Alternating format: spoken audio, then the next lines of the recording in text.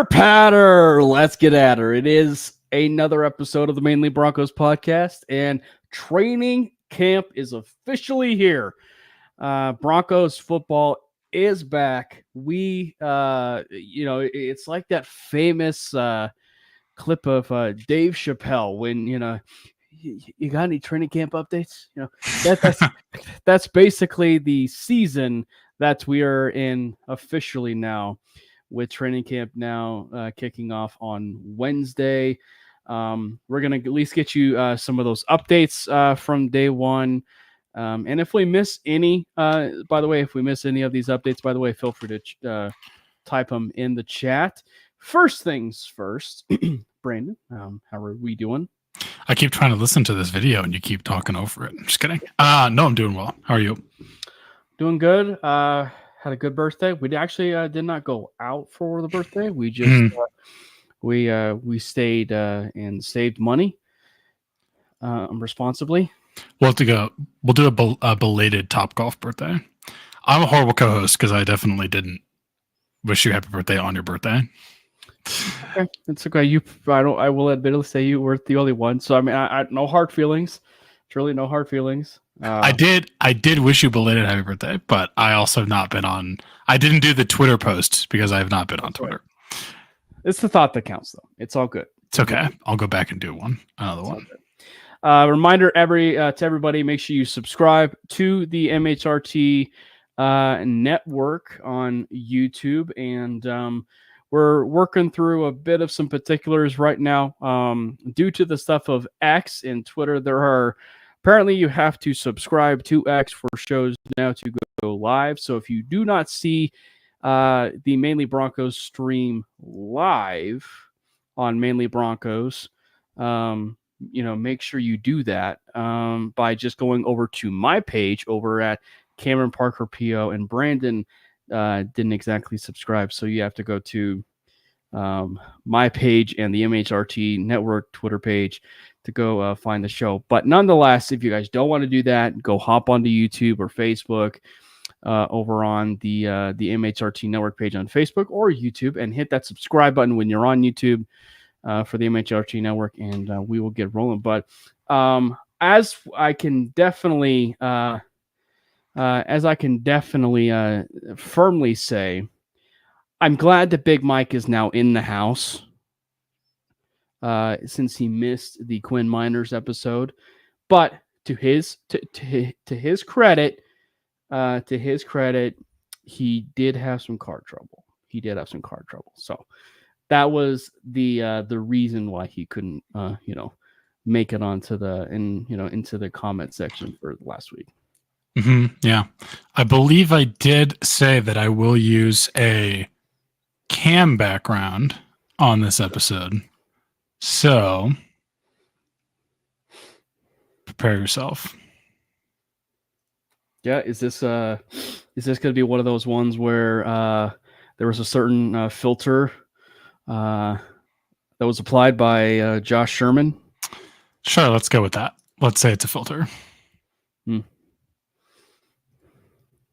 Yeah, I'm waiting. The suspense is binding right now. Hold on. Anyway, while I'm doing this, let's talk about some training camp stuff. All right. Sounds good. And like we said, if you guys have any other thoughts about training camp, any of your guys' thoughts, please comment in the chat. Josh chimes in and he says, I still want Chuck E. Cheese parties even into my 70s. I mean, to each their own. I actually I don't know much in terms of like people actually having Chuck E. Cheese parties anymore. Are there any Chuck E. Cheese stores still open? I don't think so. At least not. I don't think so. Yeah. The one that I know offhand, like that I've seen, is like right off of like Quebec. Is that one still open? Like at least that's the one that I have heard of or whatever, like that I know that I've seen public, but I've not been down that road in quite a bit, so I don't know whether or not that thing is still down there. But Big Mike, there's one apparently like 15 minutes away from. I guess they're alive and well. See, the thing is, like, Quantumania. I never watched the movie. I also heard it was really bad. You starred in the movie. Apparently, I starred in the movie. Apparently, right? By the way, I do not look like Mr. Modoc. If anybody with a big forehead that would fit with Mr. Modoc, it would be Peyton Manning. I was going to say it would be Peyton Manning. Awesome. Well, before we get into Broncos stuff, let's talk mainly Broncos stuff. How's the Manly Broncos team doing? Not officially started. College football 25. Not officially started yet. But Manly Broncos is in NCAA 25. Have you gotten it yet? Have you actually gotten? I was house sitting or dog and house sitting all last week, and I did not have my PS5. I have not bought it yet, but I am planning on getting it probably this weekend, because I was going to go in. Normally I just get things digitally so I can download them like right away, but I have like $20 at GameStop, so I'm just going to go get it there, but I have to find time to go to a GameStop. And by the way, for anybody that doesn't know, you can't actually build the team like Manly Broncos or Blue Mountain State or anybody, that you would have a desire to make. But you actually have to go to EA Sports and do the team builder URL from there to build your team, and then basically you can import it from there to your PS5. Yes, no, I haven't got started yet. And but it should be fun. I'm making some slight tweaks, to the uniform and to the helmets, but nonetheless, I was pretty shocked by the early returns of how good it looked, if you will. All right, so kicking things off, we are doing a big tying of the knot in terms of what we've done in terms of the Broncos roster, previewing some of the position battles, just the overall position groups. We're tying a bow off of all that, and including, of course, the updates of day one, if you will, of Broncos training camp, which obviously for anybody that does not know yet, if you don't, should be shocked if you don't, but Friday will be the first official day where fans will be public and there. I will be there Friday and I will be there Saturday. So this is the day for media to be in attendance, obviously, for training camp. So it should be a lot of fun, though. And if you are planning to go to training camp, there are still some tickets available. So please make sure that you buy your tickets, your free tickets, over on Ticketmaster, or and make sure you secure a day or days that you want to go. So let's kick things off first with Dulcich Muse, not Miners Muse. Let's kick things off with the Croatian sensation. He was the biggest takeaway from day one. Yeah. So I have been in the middle of attempting to watch this clip of Sean Payton at the presser talking about basically responding to the Lucas Kroll news. I'm assuming like he basically comes out and says that I got past the point where he says like, you're not even close. Like he wasn't the best player of the offseason. I'm assuming what you are wanting me to watch is Sean Payton saying that it was actually Dulcich. No, that's not what he says. I haven't seen the clip.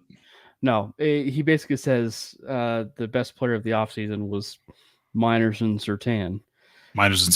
Yeah. Shocking, right? But it's obviously the clip like right after that where you get the very famous clip of Sean Payton where he does the whole like the whole frustrated look in his face and everything. And it was great. Like so if you guys have not seen the clip, you guys can actually watch it on the Broncos YouTube channel. I actually was curious if the Broncos were going to edit that out, but nope, they kept it in there in the Broncos channel. So, and it's from the presser yesterday that you guys can actually go and find it. It's near the end of the actual interview. I want to say it's roughly around 12 to 13 minutes that you guys can catch it. But the other thing I The other thing I thought was funny was if you continue it on to today in the presser after the train after camp today. He basically mentioned something to the likes of, and obviously, Lucas Kroll was doing good or something. Like he mentioned something just completely off the cuff with a smile on his face, and says like, yeah, and Lucas Kroll had himself a day too, or something. I know we'll get into it, but as long as we're talking about trading camp here, what were your thoughts on, or what I guess are your thoughts in general on? I mean, it is kind of coach speak, but basically Payton coming out and saying like there's going to be a competition for quarterback one between like Nick, Stitt, and Wilson. Like they're not just going to give it to Nix. Like, what are your thoughts on that? Because Woody Page basically came out with his own article and said like, basically this is bullshit. Like, don't waste people's time. Don't waste Bo Nix's time. We all know that he's going to be the one that wins the competition. Like, do you believe that all competition makes things better? Like, it just always makes things better? Or do you believe that it could be a situation, especially here, and this is where I'm torn, that like, obviously Bo Nix has had a lot of experience playing football at the college level, which is more than a lot of quarterbacks coming into at this point. It's literally more than every quarterback ever coming into the NFL from college. But, he doesn't necessarily need just the football reps, but he needs the pro reps. And I feel like my kind of take on it where I'm torn is, you need to give him as many opportunities to take first team reps as you can, because like if he's going to be the guy and he's going to be the guy and the competition is competition just for competition's sake, and it's not like either of Wilson or Stidham have even a remote chance of taking that starting role or that QB1 role, because we both know that neither of them are going to, let's be honest. Give Nix as much time as he can get to start building chemistry with this team, with these receivers, with his offensive line, with Sean Payton, with the way plays are called, etc. I think there are some pros and cons to both sides. I think that, you want to make sure that you are giving about as much, reps as possible to your franchise player, right? And I think I think we can assume that Bo Nix is probably going to end up being that week one starter. So I don't fault that type of logic in the sense of like, let's just give all the reps to Bo. I don't fault that one bit. But I think from just, a sheer competition side of things, and just from out of respect for everybody in that quarterback room, it's better. And this is where I'm on the side of it. Just full disclosure. I think it makes everybody better. So doing competition with guys like, even Zach Wilson, but just like Zach Wilson and even Jarrett Stidham, having equal opportunity for every single person in that room, I think is beneficial for them. And it's beneficial for even Bo Nix, because you're basically giving him a competition before the competition, if you will. So in essence, if you are basically gifting him the, I'm not saying that Bo Nix is this way personality wise, because I don't think he is, but let's just say you gift Bo Nix the starting job, there's at least a likelihood, that he can maybe take his foot off the gas a little bit. And if he takes his foot off the gas, you're allowing guys like Jarrett Stidham and Zach Wilson to close the gap on you, right? Or you're just not going to be taking it as, as hard, in practices as much, knowing the fact that you are the starter, knowing the fact that you're going to be the week one guy. And therein lies just how much of, with Sean, how much he's going to be taking,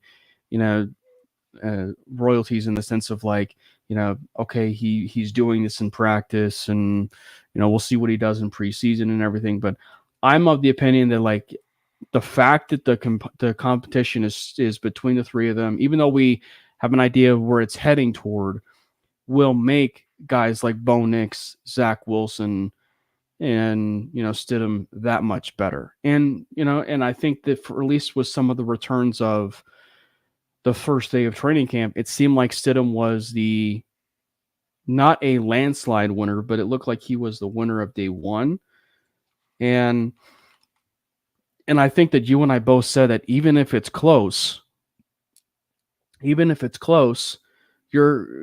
and me both are still giving the nod to Bo Nix because of obviously, where things are leaning toward. And I would much rather lean with the potential and the, your foundational piece at that point than something that is, that isn't necessarily, your foundational piece, but just much rather your safe option. I know that sounds terrible to say it like that, but like your safe option, with Jarrett Stidham. But I personally think it's the best thing for all parties. I think it's the best thing for all parties to, do a sole competition between the three of them. Yeah, I mean, I had already kind of answered my own question when I first asked the question, but I don't know. Like, I do think if you're gonna force it to be a competition, in my mind, make sure you have guys that can actually make it a competition. Because let's be honest, I don't think Zach Wilson or Jarrett Stidham are going to do that, just based on what we've seen from them so far. Zach Wilson's interesting. Zach Wilson is a maybe because you can kind of make the case that he's had a completely horrible situation with his time in the league so far, with the teams he's been on and the coaching staffs he's had to play under, and even sometimes like the receivers he's had to deal with, although Garrett Wilson in New York seems to be the real deal. So Zach Wilson is like, okay, maybe we'll see what happens. We'll see what Sean Payton is able to do with him, but I don't know. And I understand, like, this is the NFL and almost no teams have even one good quarterback, let alone two, right? That can actually make it a competition. But I don't know. I'm not a huge fan of, I like competition, but I'm not a fan of competition for competition's sake.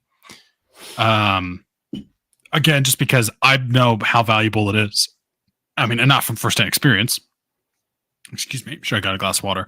I mean, obviously, I've never played quarterback in the NFL, but I think we can all say that the more time that Bo Nix or whoever the starter ends up being is able to build that chemistry with this team, like, it can only get better. Like, it's not ever a bad thing to give your starting or potential starting quarterback more time with their team, right? So that's kind of where I'm at with it, but it was just interesting. And I know, like, this has kind of been a kicking a dead horse a little bit, because this has been something that I feel like everyone talks about every year, and this is just, we're deep into the throes of the offseason, and this is kind of just what you talk about. But I don't know, every year I'm just kind of like, does no one learn? Like, this happens with every team every year. Right. This happens with the Broncos every time there's any sort of new quarterback or at any position, honestly. And I'm just like, yeah, I understand as well. Like, maybe there's an issue with just handing the keys to some young guy out of college, and that being maybe like a character thing where it's like, you don't want that to get to their head or whatever. But I mean, Bo Nix is older. Bo Nix is married. Like, he's pretty much an established adult at this point compared to most quarterbacks that are rookies in the NFL. Like, I don't think that's going to be a problem. Yeah. So I don't know. It was just interesting to me, but we can get onto things that are not rinse and repeat material every year. But every time I see it, I'm just like, why does no one ever seem to change this? Why does no coach decide, oh, this is kind of pointless, I'm going to actually just give all the reps to one guy because I know he's going to be my starter. Anyway. Well, I think the other thing that I would further that just a bit on is the moment you know that he's the guy, and whoever it is, Nix, Wilson, Stidham, whoever it is that is separating himself from the pack, and that by that, for a definitive answer that he is the guy, is the moment you call the dogs off, you call the competition off, and then you give him the reps. I mean, and this is interesting too from Big Mike's perspective. Like, what do you think about this? And also, Big Mike, if you want to elaborate more, feel free to, because I think it's an agreement with what I don't think like, even if you name him the starting quarterback and give him the majority of the reps, I'm not saying that eliminates all competition. Right. Like, you're still going to have to compete against the other quarterbacks in that room, even if you're the starter. Like, I don't know. I don't know if I don't personally think like that these like small fact that he hasn't been in the starter does anything to make the competition at least this early harder in the sense that it's going to make like a meaningful impact on his development. And again, like along those same lines, I think if you don't give him enough time to gel with this team and run these plays, like, you're also hurting his development. So I don't know. Yeah. But Big Mike comments and says, yeah, Bo is our starter, like, meaning if he won't be pushing to go further than he is, as much as he is probably right now. Yeah, it's interesting. It's just an interesting kind of thought process. But by the way, I'm obviously not the coach of the Denver Broncos. I'm not the one making this decision. It's going to be a competition. It's always a competition. It's just, I don't know. It's always interesting to me that this is continuously a thing, even if you know without a doubt who your starter is going to be. And to me, it also kind of goes into the kind of played out joke a little bit. That's like, oh, well, I'm not going to name a starter for this game because I want the other team to be confused and not know who our starter is. They know who your starter is. Like, come on. Anyway. Yeah. Anyway. I think the other thing that is let me say this from I'm sure this is going to be a training camp PSA all across the board, but just strictly from a Broncos training camp PSA quarterback edition, I realize that fans are enamored with the sexy play, the big play. Zach Wilson, I think we can all agree, probably has maybe the best arm of the bunch. I'm going to go a step further now. There's possibly going to be moments where, a conversation is going to be had. Brandon, you and I both know this in all our years about getting training camp updates. Who had the best throw of camp? But Zach Wilson may end up winning that entire competition of who ends up having the best throw of camp. But don't let that fool you. Truly, don't let that fool you and take you away from the fact that, these other guys still outplayed guys like outplay guys like Zach Wilson and stuff like that. So there's definitely some flash to him, right? There's definitely some flash to him, but don't get so wrapped up into the flash, and focus a little bit more about the Jimmies and Joes. Yeah, I mean, to me, it's like there's going to be guys that are going to make quote unquote sexy throws in training camp. Like, that's kind of just how this goes. But I don't really. You can learn so much in practice, so it's pretty important to the backup QBs. Yeah. I don't know. I don't really have like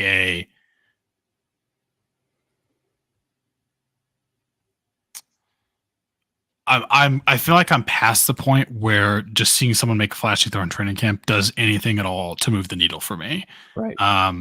Even though I'm like starved for good football content and I'm starved for good quarterback play, it's like, yeah, it's just making that throw against air. And unfortunately, I learned this the hard way from like the Paxton Lynch years and his pro day and all that. It's like, I don't care. What I care about, and I care about the non-sexy stuff. And this just makes me feel old, but I don't know.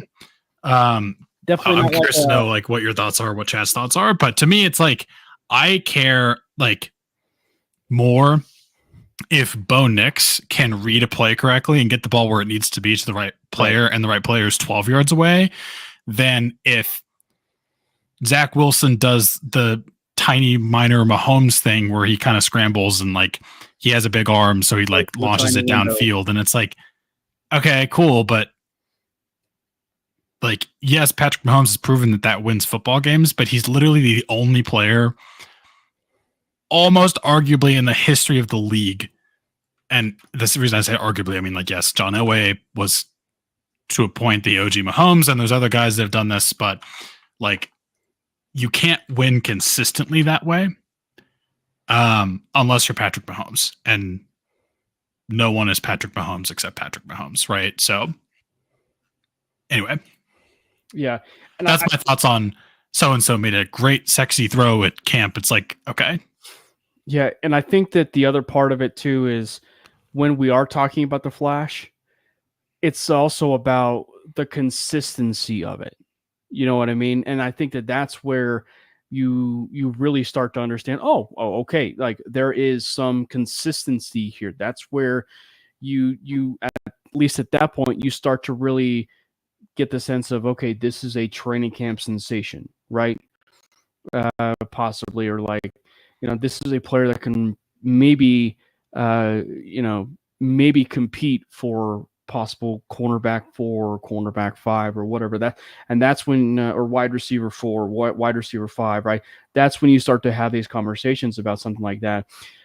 However, that, and when you have those conversations, that's when you start realizing, well, can they be a gamer? Can they be a gamer versus someone in practice? And then if they are the same person that they are in preseason, then they are, in training camp practices, that's really when you can start to see them possibly separating. I mean, the prime example is a player, and this is going to bring a lot of, and funny enough, I think this is a Vance Joseph draft pick or Vance Joseph player during his tenure, but it's the Lorenzo Doss experiment. Lorenzo Doss was a training camp sensation. Interceptions galore in camp. Like, he was making play after play after play after play. But you turn on, when he was on in a game, like it was abundantly clear that, he was basically just a practice player. He was an all-pro practice player. So I think that, with that, you have to make sure that you really find, those fine areas of, okay, how can we truly look at it objectively from the training camp side of things, to where you're not getting so wrapped up into the glam, of the exciting play, and I think that to a certain degree, I mean, as much as we wanted guys like, as much as we wanted guys like Jordan Taylor to really get their shine, at some point, you also have to objectively call it for what it is. You know what I mean? And he just never, unfortunately, got over that hump to really be that guy, to really establish himself a part of that wide receiving core. Mm-hmm. Man, I forgot about that. What's up, D-Rock? Yo. So now that's fair. That's true. So now moving on with the Greg Dulcich stuff. I know we let off with that like right at the beginning, but Greg Dulcich, man, the early returns in terms of the very first day, if there is anything that can come out of training camp, and this is a really good sign. This is a really good sign. If Greg Dulcich can put together days like this that we're hearing, where he is the threat, where his speed is back at tight end, he's able to stretch the field. He's basically, that type of tight end that they've been wanting to see from him. I think that, that is really the biggest victory of itself, along with, him getting out of training camp healthy and not having a really nasty injury. So I think that just hearing the positives of, him being full go and him actually moving exceptionally well, I think he did wear black socks though. That's right. That's what Sean Payton said. But messed up. But that is the biggest victory with it, in the sense, like, if Dulcich can really regain the form of what we had seen for that brief stint when he was on the football field, where you could just really tell that he was he was a different animal at tight end wise from the receiving side of things. It will really, help take this offense to a whole other level, because at that point you will have, guys like possibly the best player on the team, Lucas Kroll, and then Greg Dulcich, be so two different versions of your tight end. So where you finally will have that opportunity, with guys like what we probably could have had with Alberto Cuebanam and Greg Dulcich, right? So now you have Lucas Kroll and Greg Dulcich. So 2 is way better than 1 in that variety to be a space eater. Yeah. Yeah. The other thing too that I wanted to kind of bring up with Greg Dulcich, and like, yes, he's kind of been disappointing to this point, is it's nice to hear that he's kind of coming and being that player that we sort of expected that he was going to be when they drafted him, as kind of that move weapon, like that move tight end, that offensive weapon that's going to be more involved in a passing game that we've desperately needed for like ever and have not really had since, I don't even know, 2014. But it's definitely been, I mean, Noah Fant definitely kind of helped some, but I don't know. We haven't really had that consistent threat. But what I'm getting at is he did unfortunately have like the injuries that he did have. Obviously he was pretty banged up, were the injuries that most affect players like that, which is like the soft tissue type of injury that just lingers. It lingers, and it's so easy to re-aggravate that if that player has to like do anything explosive, like they're just putting themselves in, unfortunately, positions where they can just continue to get injured, make things worse, and not have that proper recovery time. And with him, with that hamstring injury, like that definitely was part of it. So it's nice to see that he's kind of been able to get back to form from that, because that can be such a long-term problem. And it's been a long-term issue because it's been a thing for like 2 years now, basically. But one of the things, though, that I did see, I don't know if you saw this, that was kind of interesting, is like they did talk about the tight ends, obviously, like battling other tight ends. Like the tight ends in that room are competing against each other, but he also said that they're competing against the rest of the league. That's right. Which to me just says, like, obviously Sean Payton knows how important a tight end is in his offense. Like that's duh. Is the ghost of Jimmy Graham available? Anyway, he's like 38 now. Yeah. Jimmy Grandpa. Yeah. Honestly, he'd probably be able to do something more than we've had. What was I getting at? Oh, to me, that just kind of sounds like we're looking. We're on the hunt for potentially another tight end to add to this room. And if we like someone at maybe on another team that is a camp casualty or gets cut or just doesn't make the roster, which I know all 3 of those things are the same, but we're going to pounce. We're going to go shopping. We're going to go shopping at the tight end store. And I don't know. That's interesting to me because, well, I think a really good example tells me that he's not totally sold on that room. Well, I actually think that, with your comment there and with Sean's comment specifically about looking elsewhere, if you will, a prime example of that is Lucas Kroll. Kroll was not on the team. I don't think I think he was like a mid-edition of training camp was when he was added. And so basically like they looked elsewhere and Lucas Kroll was, was an option. I mean, like he was on the Saints, practice squad, if I'm not mistaken. And granted, yeah, it was the Saints again. That's a topic for another day, but they went and looked elsewhere and found a tight end that Sean could possibly work with. And I don't know if he was right around that point in time when Dulcich went down, and they really needed a tight end.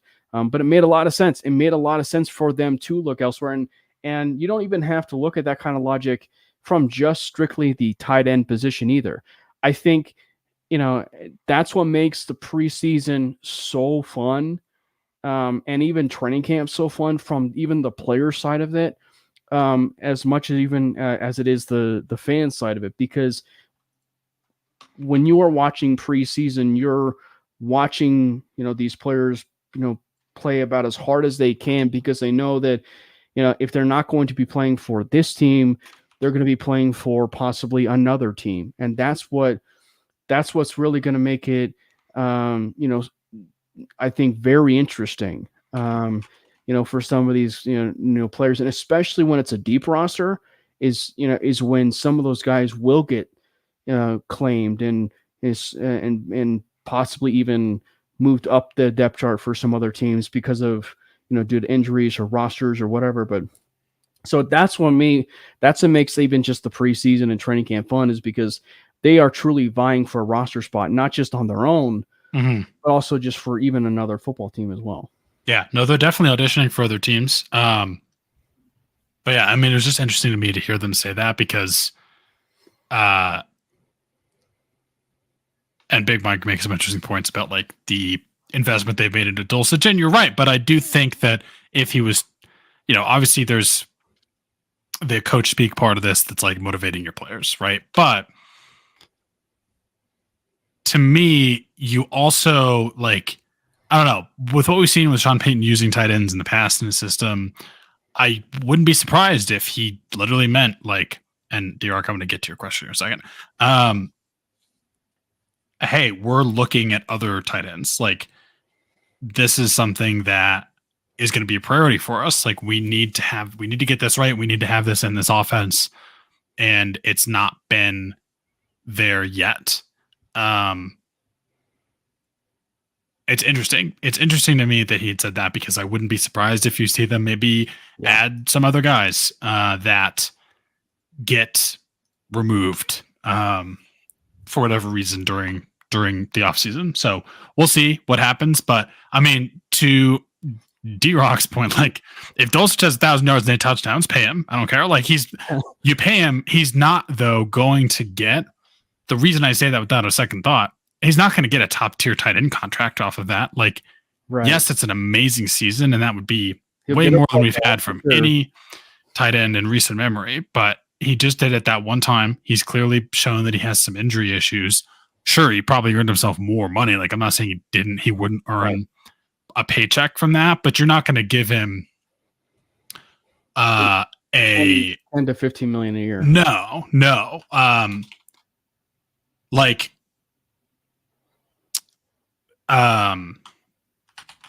You're not going to give him what Sam Laporta is probably going to be getting after having a better year than that as a rookie for the Lions. Like, he's going to make himself some money, but you're not going to have to give, in my opinion, Greg Dulcich that, because again, he just had it that 1 year. He's been spotty with staying on the field. So in my opinion, you pay him, you definitely, I mean, it's not going to be necessarily like a bargain. You're going to have to pay him some money, right? But you can get a guy that has proven that he can produce in this system and has done more than, with, like, if he has a year like that, he's done more than we've seen from any tight end in recent memory on the Broncos. And I would definitely take that. Like, I would run to the bank with that. Yeah. And I think that, I like the question because there's the Orange Julius example, but like to a degree of like, he was sort of like red-shirted, right? Basically like 2 years. I've got a lot, and some of that had to do with injury, but I think that, but I think that for, specifically for like, Dulcich, like if merges like Julius Thomas and has that 1,000 yard season, I think to answer D-Rock's question here is there will be teams that call. Guarantee it. There will be teams that call. The question is just going to end up being, the question is just going to end up being, do the Broncos truly bite the bullet and move on from him? I don't think they would. Because I mean, I will say this, and Big Mike did bring up the point that when he was injured, they were flying him around everywhere to ensure that he was able to get, the treatment that he wanted. And I think that's a pretty underrated point, that they were, flying him everywhere. So I think that for for the Broncos, and specifically Peyton, he wants him to work out. And I think that, if you were to talk about, we talked about this in regards to Jerry Jeudy, and obviously Judy's left, and I think we can all agree he was let go, maybe not so much for the schematics, but more so it was just time to move on. But there were the two people we thought that were some of the biggest pluses as part of the Peyton system were Jeudy and Dulcich. Dulcich really does fit with what Sean wants to do. The question is just, will he be on the field? And I think right now, the early return of him, having the kind of day that he did today, being full go, really helps that room. And the question is going to end up becoming, how many tight ends do they keep? Troutman's back, right? Troutman's back. You have Lucas Kroll. I think the real underrated name in this room is going to be Nate Atkins, because I think that, and to cross boundaries to another position, Nate Atkins possibly could make a guy like Michael Burton expendable. And the reason why I say that is because, the fullback position is expendable. Unfortunately, the way things are, it might be actually more expendable than the running back position. And so if you are able to have a player who is a tight end, a do-it-all tight end / fullback, I mean, I don't need to use it much as an example, but look at Kyle Juszczyk. I mean, the guy is a wide receiver-ish, like inline, tight end. You can use him out wide, possibly. So I think that Nate Atkins, it could be a real weapon here, for this team if they decided to move on from a guy like Burton, or if you wanted to really make things, even more useful for you, you keep Michael Burton and you still find ways to keep, Nate Atkins on your roster. So I think that there's creative ways where I think you can use Atkins here in that tight end position. So, I mean, I think they keep 3 on the roster. The question is just, what ultimately will it look like there? But yeah, I think nonetheless, Dulcich coming out, as Matt mentions here, can Dulcich make it to week 3? That's ultimately the question. I mean, as sarcastic as that is, and there's some truth to that. Like, will he make it to week 3? Like, the fact he was able to get out of this first day unscathed, that's the biggest victory of it all. Speaking of players, also, Brennan, that were, recovering from injury and everything, there's another player who possibly is on the roster bubble, at least according to some people, in terms of looking at the roster. And we've talked about him before, about how big of a year this is for him. But Javonte Williams appeared to have a really strong day in day 1. And I think Sean went about as far as to say too that he lost some weight, which I think if you're looking at the whole landscape of Williams and the impact that he can have, on the team, I think that with what we saw last year, I think him simply losing weight and regaining that speed, I think is far more beneficial to him. I think it's far more beneficial than it will hurt him, is what I'm trying to say. Mm-hmm. I don't know what was your initial reaction when you heard that? Because I feel like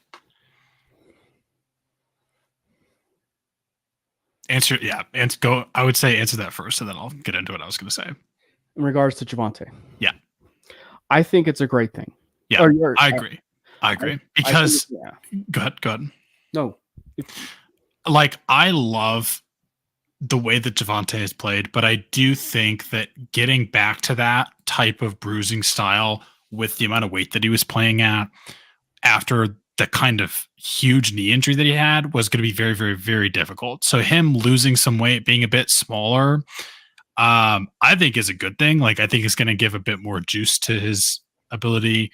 I mean, I know, like, part of the thing has been he doesn't have the best vision, and like his ability to run through tackles is like what makes him partially a good running back, and like the contact balance that he has there. But I do think that people pretty easily like wrote him off a little bit. And in the sense, and I mean, I feel like I probably was one of them, to be honest. Just thinking like this is a very, very difficult injury to come back from. And this is a very difficult injury, especially for a running back to come back from. Because it was a multiple, like it wasn't just his ACL. It was like his ACL, it was his PCL. I think it was also his MCL. Like it was multiple ligament tear in the knee. Huge, bad, very, very, very bad. And again, I think him coming back and being a bit lighter is good. And I think that he's clearly impressed the team in the offseason or in training camp here so far, which is really good because I do think, to be honest, I was a little worried about the running back room because you didn't know what Javonte was going to be looking like coming back from that injury. Audric Estime is kind of a Javonte, like, I guess, older Javonte type running back, and that he's like super big and at least seems slow, although I think he plays faster than people think. But it's basically he had that knee scope, so like you weren't sure really about his health. And I don't know, it was just very like, and the Samaje Perine, what does his role look like in this offense with a quarterback that's not named Russell Wilson, that's just going to throw the ball to him 70 times? He's just going to be a in the 2 minute 4-yard receiver, right? Like, I don't know. So to me, I was a little bit concerned. Like, I didn't know what the running game was going to look like, but I do believe, and then the whole thing with Blake Watson, I do believe that. Well, I'm still a Blake Watson fan. Don't get it twisted. They still have his rights. They still have his rights. They still have his rights. So hopefully he sticks around. But I don't know. I'm also a big believer that you need a good running game for a rookie quarterback. And again, we know that Bo Nix is going to be the starter for the majority of this season, likely. So I'm definitely pleased to hear that he seems to be doing well. Jaleel, we're always going to love, but I do always think Jaleel, great running back, great kind of story, great 1-2 punch with that speed, but I don't think he's ever going to get to the point where he can be your bell cow running back. If you're going to utilize the bell cow running back, and it's not like by committee. But so, I mean, great running back. Love having him around, but I think you need more. And I was worried who was going to provide the more with. Maybe it's Perine. I like Perine. I think I've said before, like, I think he's good. But what does he look like now in this offense with Bo Nix? Is he still just going to be the receiver out of the backfield? Great, but we need then a running back that's going to run the ball. Audric Estime, I like. Who knows about his health with that knee scope, and he's also a rookie. Javonte Williams, obviously, I really like, but who knows about his health? So, like, seeing Javonte come back, seem to be doing really well, and be a little bit lighter, like, I'm pumped. Yeah, and with Jaleel, as much as we like the story and the nice flash that we were able to get, with 2023, I mean, let me just say this. I think it's really easy for people to look at Jaleel, what he has, and think, he could basically be the Alvin Kamara role, under Sean Payton. I think it's really easy for them to possibly see that as a vision. The unfortunate thing about that is the way that Sean Payton used Kamara with the Saints is a very different way of using a running back's workload that was out of the backfield and obviously giving him carries. And Jaleel does not have the size for that. He does not. I mean, he's 5'8", and he's less than almost 180 pounds, right? Or maybe he's right at 180 pounds. I know he's bulked up, which is, that is something he definitely needed to work on, was he needed to get bigger. And I think that for Jaleel, I'm excited about him. I'm excited because I do know that he adds another element to the game. And if you are looking at it, I think he does add a Darren Sproles element to this, not a Alvin Kamara situation to this, but more so a Sproles identity. And that's where I think you, Brandon, and myself are a little bit high on Blake Watson, because Blake Watson gives you a little bit more size and a little the bigger weight, to where he has that same pass catch ability. He has the same running ability to a certain degree. So that's where the Alvin Kamara idea for someone like that could possibly roll in, and with how they wanted to use him for the future.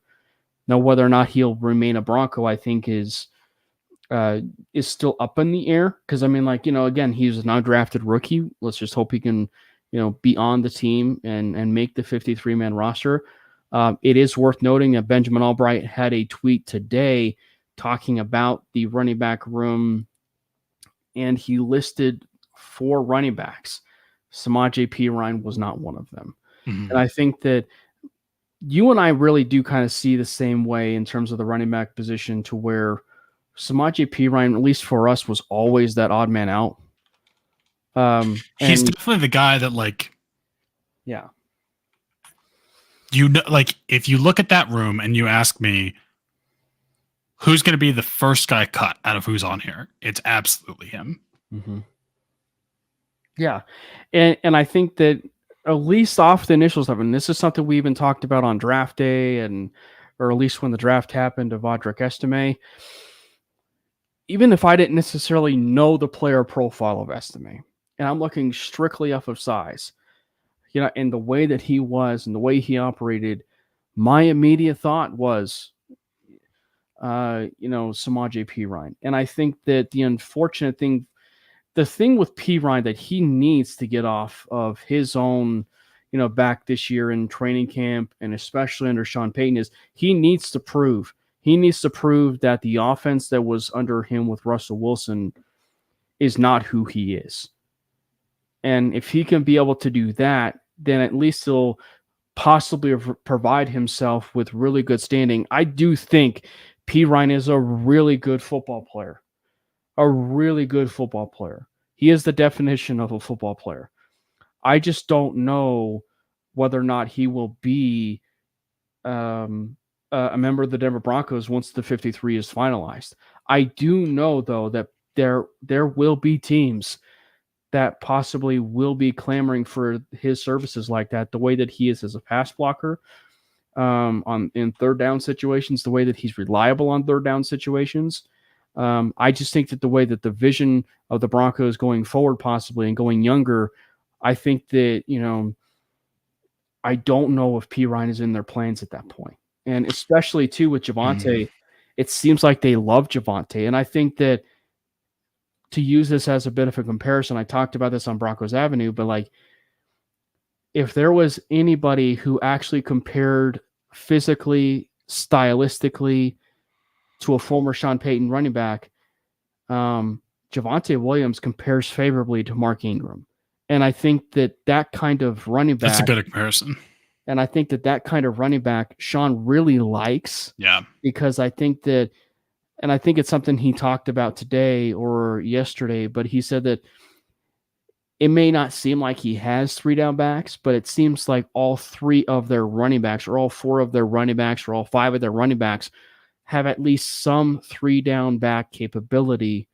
And I think that that's a really good way to look at it, because you're talking about saving their health, their workload, the load management, basically, of the running back room. Yeah. And it's interesting you bring up that tweet by Ben, just to kind of read off exactly what he said, if anyone who missed it. He basically came in and said, like, hey, if you've ever studied how Sean Payton distributes carries, like how he basically runs his running back room out of the backfield, he basically says, like, goes on to say, like, hey, if you follow that formula, Javonte, or the way that he looks like he's going to be doing it for this season for the Broncos, is like pretty apparent, in that Javonte is going to be the primary guy. But it is interesting to me that he says, like, he's the primary guy that has a 50 to 55% of the market share, which is interesting. I mean, kind of a bit lower. So it does seem like we're going more for, like, not necessarily full running back by committee, but I don't necessarily think you're going to see Javonte be... Which benefits Javonte, actually. It does benefit Javonte. That's what I was actually about to say. But yeah, you don't see Javonte being the guy who's going to get 250 touches a season, which does benefit him because, again, coming back from that injury, like, I wouldn't want to give him that many. Like, I don't know if he can handle that many right now. But I think 50-55%, like, I like that. I like that number. But what was really interesting to me in that same tweet, and he totally gets Jalil's name wrong, which is funny. He says Jamil, but Jalil as the Darren Sproles type guy, which right at the bat, like, does intrigue me. I love that comparison. If there's any comparison, but what was interesting to me is like 10 touches a game type guy. That's the comparison he makes, which is interesting to me. I do think you can get away with, again, I don't know if you're going to give, I mean, that would put him at 170 touches. Kind of a lot for his size, but I think you can kind of get away with it. Question is just what kind of, But I think, maybe half of them are going to be kind of the dump offs, utilizing the speed. But that's really interesting and exciting to me, because everyone wants to think, Alvin Kamara. But before Alvin Kamara, who was it? It was Darren Sproles, right? And everyone thinks Darren Sproles. They think the Eagles. But where did he play before the Eagles? He played for the Saints. Right. So I think at one point, didn't they have Reggie Bush and Darren Sproles? Let's see. I'll have a maybe we'll look it up. D-Rock asks, and I think this he asks, in your opinion, guys. No, Reggie Bush left the year before. Okay, so he's just missed. Yeah. D-Rock asks, in your opinion, best positional depth. He says defensive line. I think I would say yes, actually. I think the best based on positional depth is defensive line. And that kind of leads a little bit into one of the other takeaways, Brandon, for day one of training camp, because Zach Allen had himself a day. I'm not surprised. Zach Allen played exceptionally well on day one. And I think that one of the reasons why it is the best positional depth on the team, here's the way that you and I think phrased it like a couple weeks back. It was the most upgraded. By far. It was the most upgraded and instantly became the best positional depth based on what they were able to add to that room. And, so they brought in, obviously, the law firm of John Franklin Myers. They brought in, Malcolm Roach. And they brought in Angelo Blackson. Yep. So I think that they've already added 3 new bodies to that room for that defensive line. And for I think they really needed to really beef up that inside. As much as we probably want guys like Mike Purcell back, in a Bronco uniform, them adding 3 of those guys will, at least we hope, really benefit that room. But you and I both agreed. The one that really kind of just took us by complete surprise was that John Franklin Myers move, because it only will make guys like Zach Allen that much better. Yeah. And one thing I've been, maybe it's just me, but been kind of surprised to not see mentioned is Matt Henningsen. I don't know. Have you seen him mentioned at all? Because I really haven't.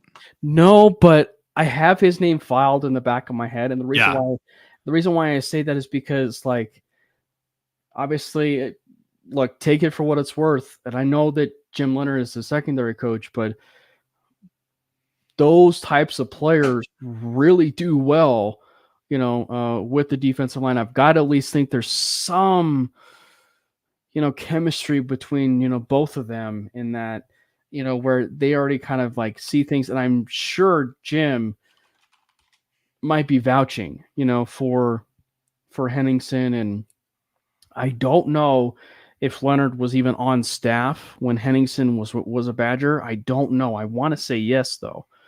I don't know if he was the defensive coordinator in that point in time, or if he was the, or where he was. But I think that Henningsen and Wazirike, I think, are probably the interesting ones of that room. Wazirike, obviously, he's got to get reinstated, so his thing is definitely TBD.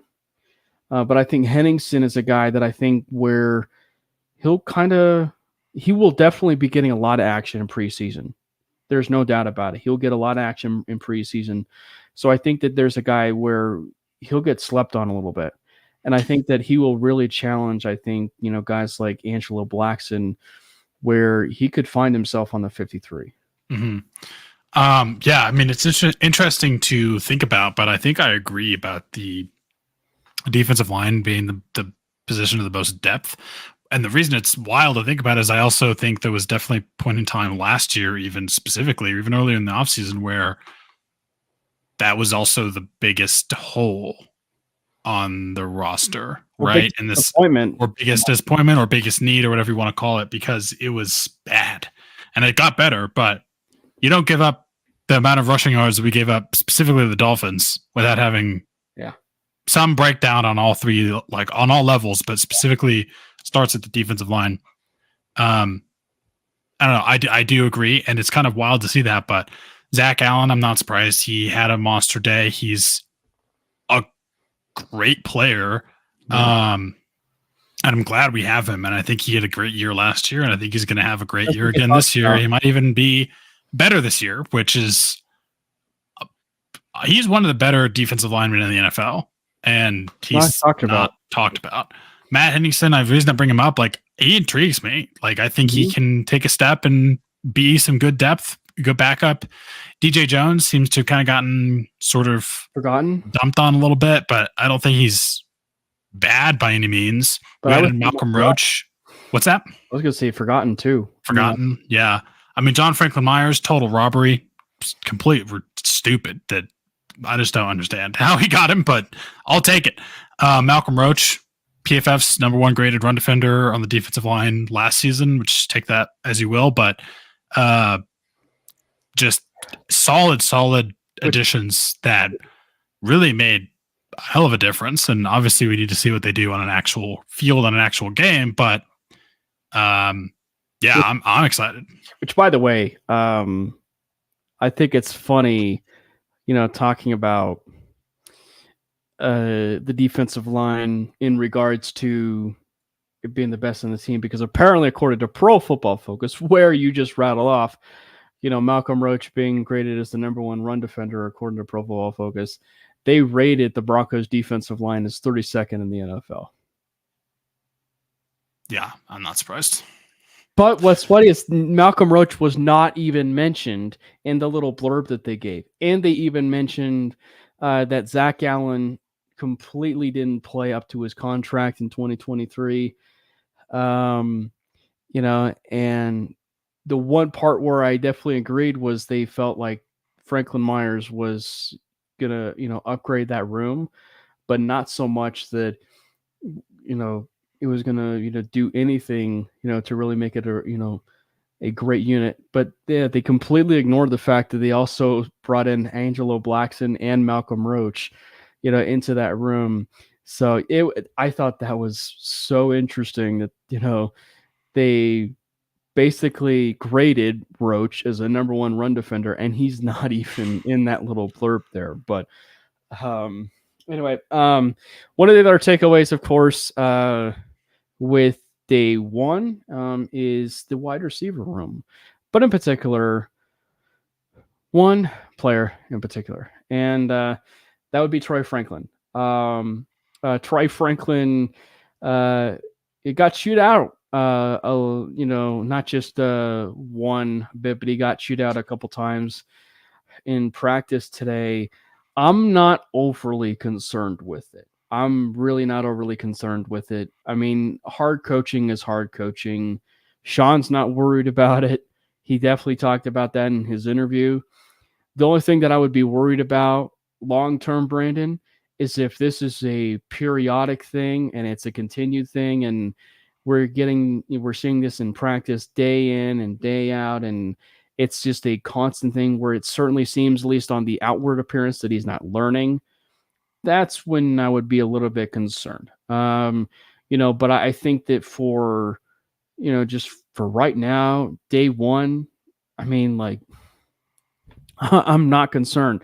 And especially when you hear Sean talk about that, the coach, who he was nameless, if you will, in the presser, but I mean, it sounded like he's a very fiery coach. So it's not all that surprising that he, did what he did with Troy. Yeah. I mean, Troy's also a rookie. Like, come on, it's going to happen. But yeah, I mean, it's definitely something to monitor. Can he take that hard coaching well? Obviously, I don't know, but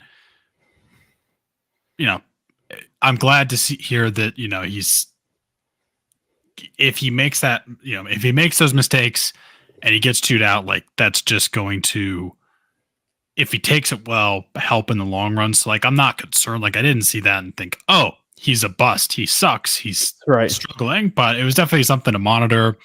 Obviously, as a rookie, the biggest thing I took away from it is like there's some growing pains. He's struggling with like either the routes or the plays, just the install or something, because obviously like, he's already on the same page with Bo Nix.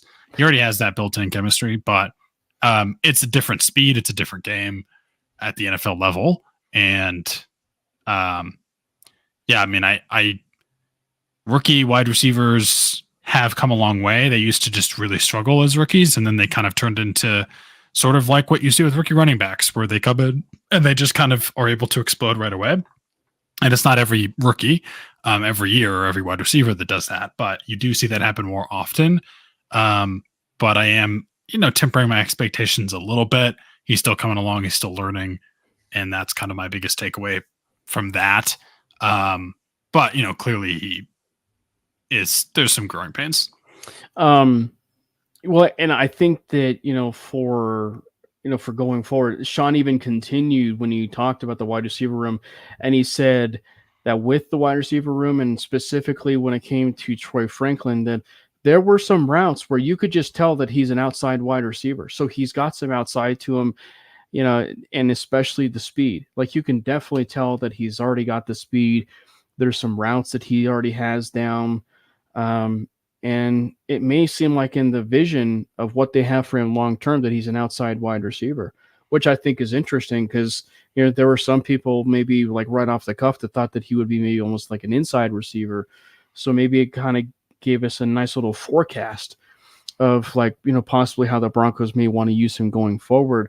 Given a little bit more of a groomed and better route tree that he's able to get better at, over time and over practices. And so I think that, it was interesting that, despite all of that, he was still somewhat complimentary, of Troy, talking about the route tree, talking about how it can be on the outside. And, it's going to be a very interesting conversation. Obviously we didn't get a chance to dive too much into the offense in terms of our preview, should I say, in terms of previews of training camp. But in looking at the wide receiver room, I know I've probably given my hot take a little bit a few times in terms of that wide receiver room, Brandon, but, and people that are in the chat, please feel free to comment in here as well on this, but I don't think it's out of the realm of possibility that there are 7 wide receivers on the roster. Yeah. I mean, we'll see kind of how that pans out, but I wouldn't be surprised because we talked about it somewhat last week, and but there's at least 5, and I can easily see 2 more making a case for sticking around. Right, because like as we said, the 5 is set in stone, right?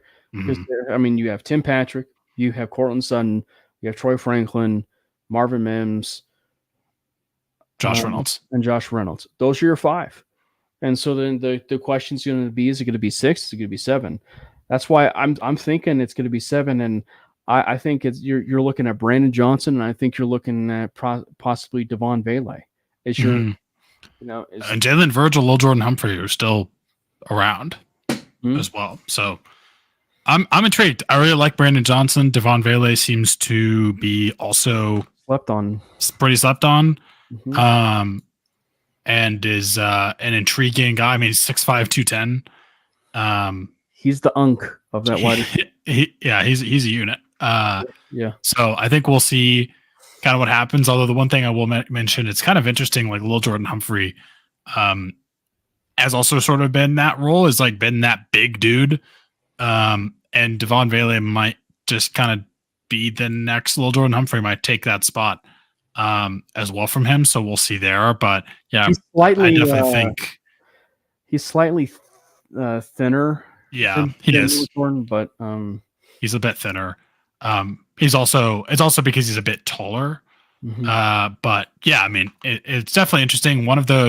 At least one of those guys, I guarantee you, obviously, is going to be on this roster. Like, the only reason I say those 5 are the locked in ones is of those remaining, it's kind of a toss up, but for sure one of them, if not 2, or I mean, I doubt they'd keep more than 2, but 1, if not 2 of them are going to stick around. It'll be interesting to see which ones that is. And I'm kind of betting on Brandon Johnson being at least one of them. But I mean, there's also still guys we haven't even mentioned, like David Sills, Michael Bandy, Phil Dorsett, who I keep forgetting about. But yeah, I mean, I wouldn't be surprised if we keep 7. Yeah. Looking at some of the other positional stuff of today, it sounds also like the offensive line looked okay, looked solid. It was a small rep session in a sense. Obviously it wasn't I think that for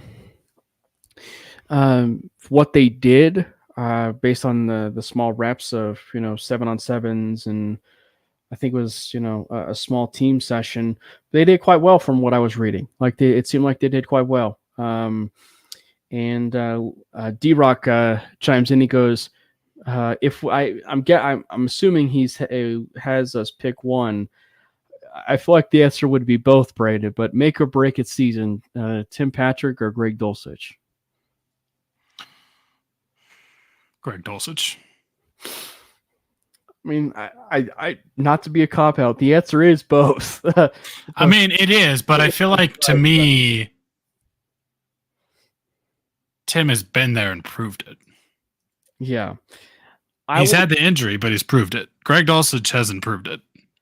I'm sorry. I will say Tim, from, just to be different, but I would just say Tim from the view of recovering from injury. If he can come back from injury, have a, finish the year and be that reliable weapon for Bo Stidham, I think that's going to be very beneficial for this team. It's going to be very beneficial for this team. I actually think, Javonte is higher than Tim Patrick, more so than Tim. I think Javonte and Dulcich are almost roughly in that same tier as far as make or break it. I mean, Javonte's contract is up after this year, something to monitor. And he did, come in a bit, slender. So I think that, so me personally, I would have Javonte above Tim. But yeah, I think Dulcich is another really good answer too. I mean, he'll be a weapon if they're able to utilize him the way that they can in an offense. It will really, be a game changer for that offense. Absolutely. But what were some other things that you noticed as you're kind of perusing through and reading some of the stuff real quick with training camp? Honestly, the biggest one is what we already talked about, which is Javonte coming in lighter. Like that was pretty surprising to me. Yeah. That stood out. But I don't know. I did also see some stuff about was it Damari Mathis, I believe? Let me see if I can go find that again. Like in terms of just some nice flashes that he gave. I just saw his name mentioned in a post about how the cornerbacks were doing. and I cannot find it again.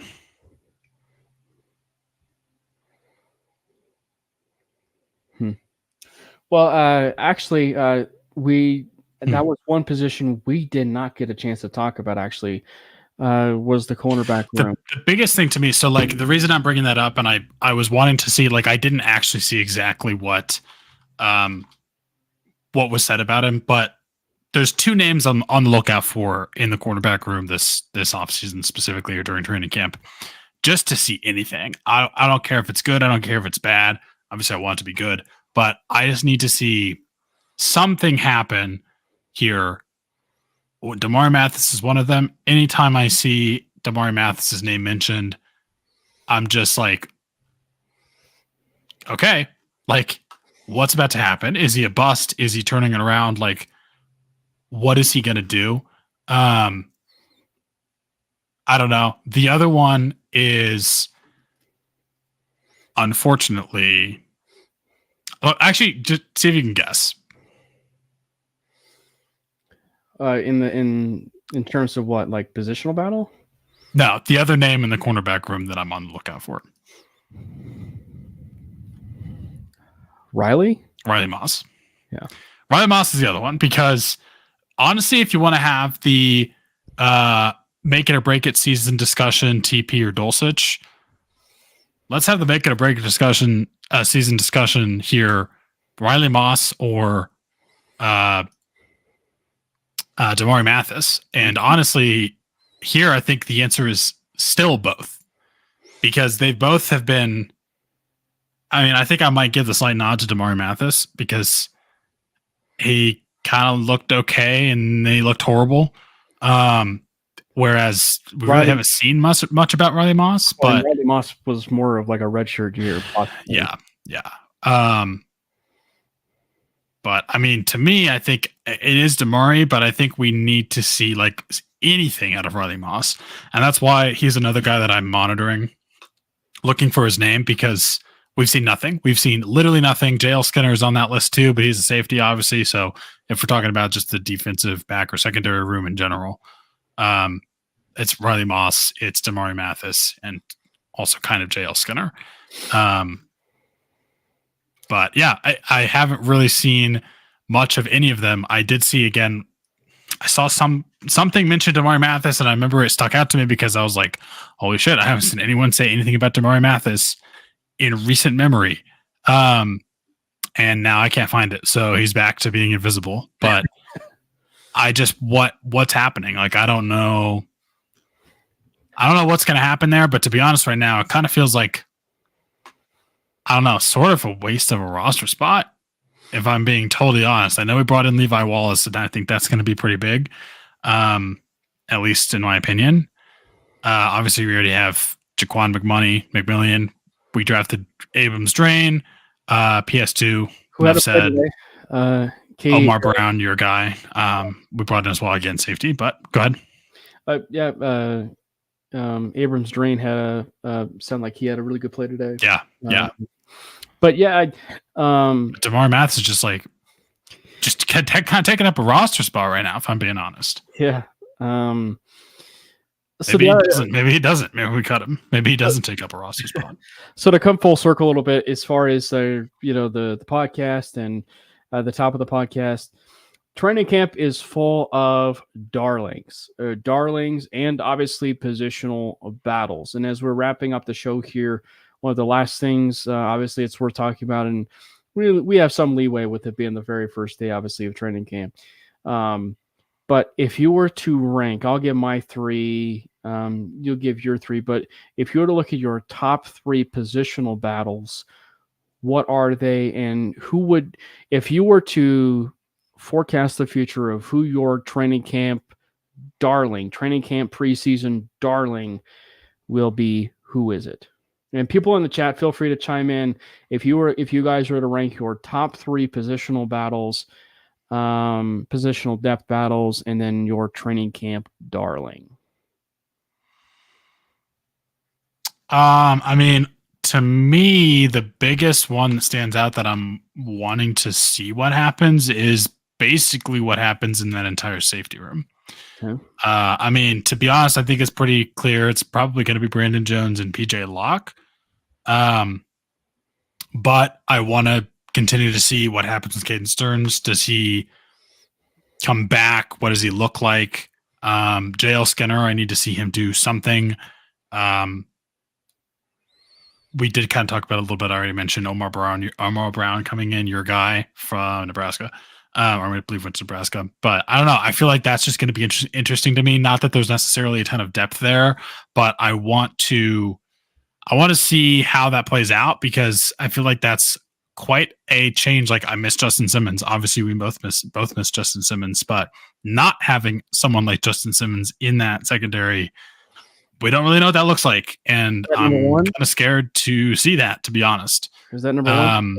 I mean, it is one of them. It's not really, I don't know if it counts as a battle, because I don't know. I don't really think there's going to be much of a battle, if I'm being honest. But if I'm picking out the battle that I want to look at here, it's going to be at the edge. Okay.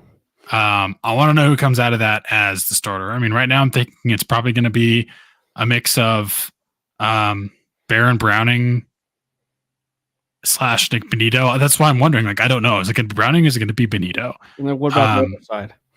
Is it going to be?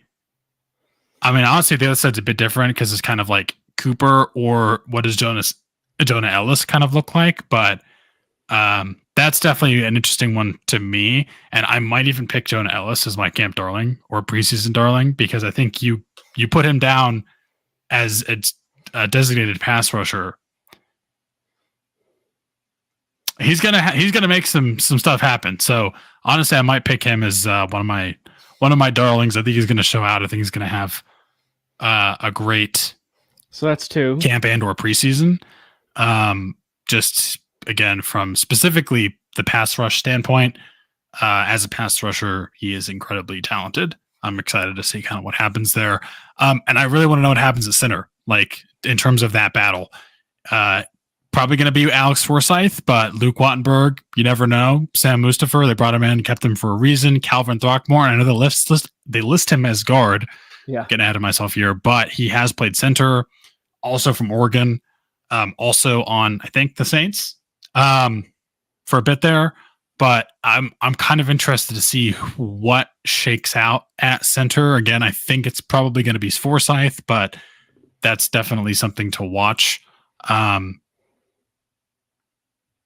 many preseason darlings did you want me to list? Do you want me to also list 3 preseason darlings? Do one on offense, one on defense, because I feel like that's a... Okay. Jonah Ellis is my one on defense. I'm sticking with it. And offense,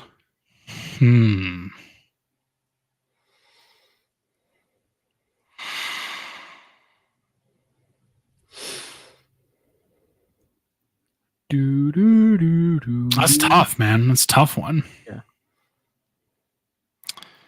I think it depends on how much they play in preseason specifically, but something tells me Marvin Mims is going to pop off. But I feel like for Darling, does it have to be a rookie? But I feel like for Darling would almost mean like a guy who's under the radar, right? Or like a... I mean, I don't know. I think you can almost say he hasn't done much, but all right. Give me the under the radar guy.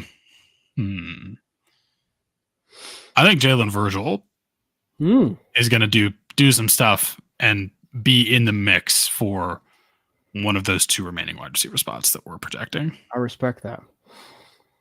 I respect that. But I still think Marvin Mims is going to pop off. I'm just saying it. Marvin Mims is going to pop off. So I think that so if I was looking at the top 3 position battles, don't need to rank it per se, but as far as the 3 positional battles, I agree on edge. I think that how the edge spot's going to certainly be, shaken out, who will emerge. I think if I was to make a prediction, I think it's going to start first with the Ohio State Buckeye boys, with Browning and Cooper. But I don't want to lose sight about Nick Benito. There's something going on with this the thing I can't keep, out of my head, in the sense, like, the Jamar Cain connection with Benito, and Benito having this last year, and then the stuff we are now hearing under OTAs and everything with Benito and Kane now controlling that defensive line. I can't get that out of my head in the sense like I would not be the least bit surprised if it's actually Benito, the one that steps in and is actually the starter opposite of Jonathan Cooper. So I can't get that out of my head. But if I'm calling it right now, I think it's going to end up being, Baron Browning and Jonathan Cooper as far as your starters. How it finishes the season is going to end up being a whole other story. And then running back, just from the battle side of things, I want to see who is going to be a running back that separates themselves. Who is a running back that separates themselves? That's sort of the conversation we always have, right? If they're, going to be divvying up, the carries and, and separating the carries in terms of like Javonte and, Jaleel and, Audric Estime and possibly even some JP Ryan, how they, spread out those carries could lead us into, who will be on the roster, and who possibly is going to end up being the pecking order, of, starting and, fourth running back, fifth running back, that sort of thing. If we didn't have kind of the unknown with the D-scope and what's his health like, I might have said Audric Estime was my darling on the offense. Yeah. Thanks, Clayton. Absolutely. Make sure you listen to Clayton. Smash that like button and share. If you missed it, we're talking about the training camp battles, Clayton, and we're talking about training camp darling. So the top two is that edge room, and the first two I should say that was listed was the edge room and it was the running back room. Now this one, it's not a starter by any means. It's not a starting group that I want to see, but it's a position battle that I want to see. But it could give us a possible idea into the future, for the Denver Broncos. And given a certain thing that happened yesterday, might be worth monitoring in terms of a certain position. I'm very curious to see how the swing tackle position goes. Is it going to be Frank Crum? Is it going to be Alex Pavcheski? I think that, Pavcheski's going to be fun. That's going to be interesting.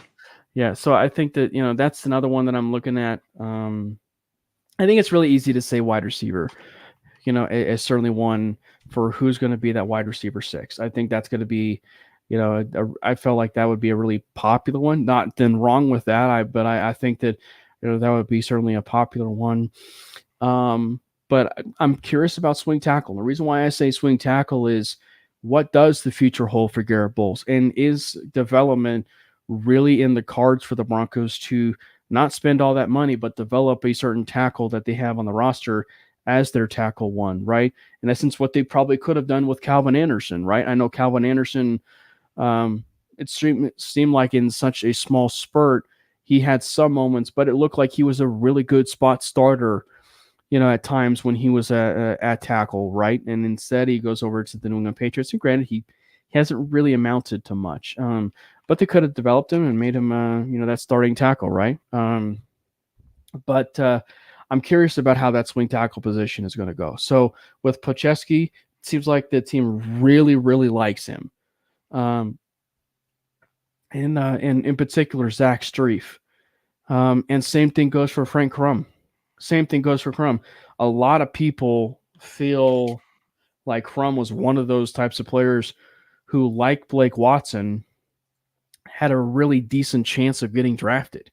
And, the Broncos were at least able to keep both of those guys. Mm-hmm. And the Broncos have both of their rights, by the way.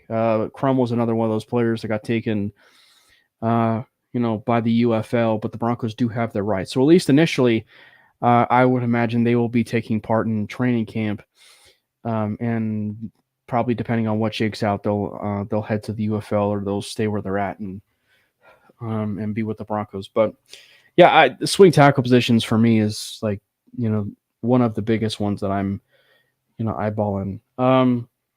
As far as Camp Darling, the offensive side of the ball, start with the offensive side of the ball first. You went defense. I'm going with another wide receiver. I'm going to go with Devon Bailey. Okay. Yeah, I'm going to go with Bailey. Going with the unk of the room.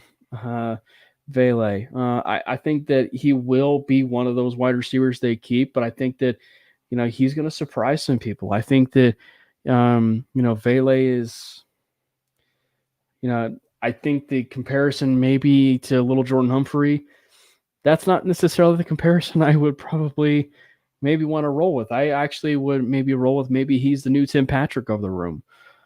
So I think that Vele is my offensive camp darling. And also, let's be real. That was probably our opportunity for Brandon and I to both say Blake Watson. But we've been talking about Blake Watson so much. We wanted to give someone else, their time in the shot, their time in the moment, if you will. So let's be real. But no, as far as the defensive side of the ball,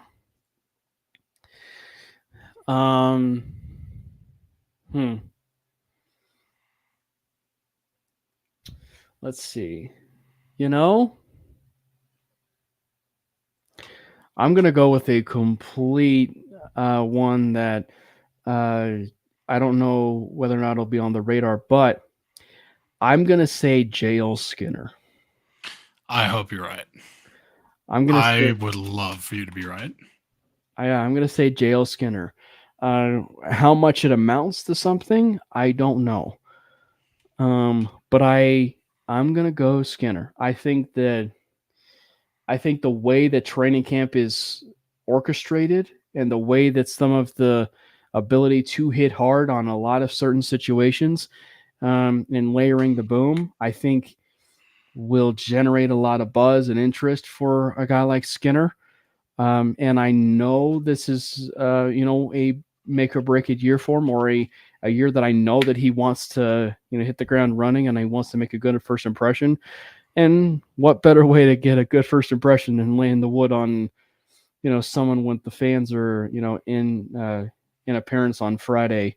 So I think that JL Skinner is the camp darling on the defensive side. So completely thinking outside the box on at least on that one, but I would go with Skinner. Mm-hmm. I hope you're right. I hope I'm right too. Yeah, I would enjoy that. Yeah, that would mean a lot for our safety room for sure, and the depth of that safety room. We will, as always, keep you guys posted when it comes to the training camp cycle, training camp updates. As mentioned before, I will be there in person for Friday and Saturday for the Back Together weekend and Friday. And I will also be an appearance for August 9th. I will be there on that Friday, along so for the joint practice day for the Green Bay Packers. And I actually will be at that preseason game for the Packers. So it would be kind of nice to go to that joint practice and then go to, that game to kind of see the finished product, if you will, once they played the Packers. So if you guys are there at practice, make sure you stop by, say hi. Brandon will not be there. So if you have something really nasty to say about Brandon, make sure you say it to me and I'll relay it over to Brandon. Mm-hmm. And I'll make sure I mention Brandon on X, and we can make sure we get that go viral. I'm just going to make you feel jealous that I'm golfing on Saturday when I send you pics. Where are you golfing? The old course in Loveland. You might not know about it. Well, I was going to say, you said the old course, so my mind immediately went to Scotland. But I wish. Yeah. Thank you to everybody who was in the chat. We had some new people that were commenting in the chat. It looked like our one of our first comments was it looked like a guy named Cashley. So thank you so much for hopping in. Big Mike was in the chat. So it was great to get a chance to talk with you guys. Big E, I got a chance to see you there.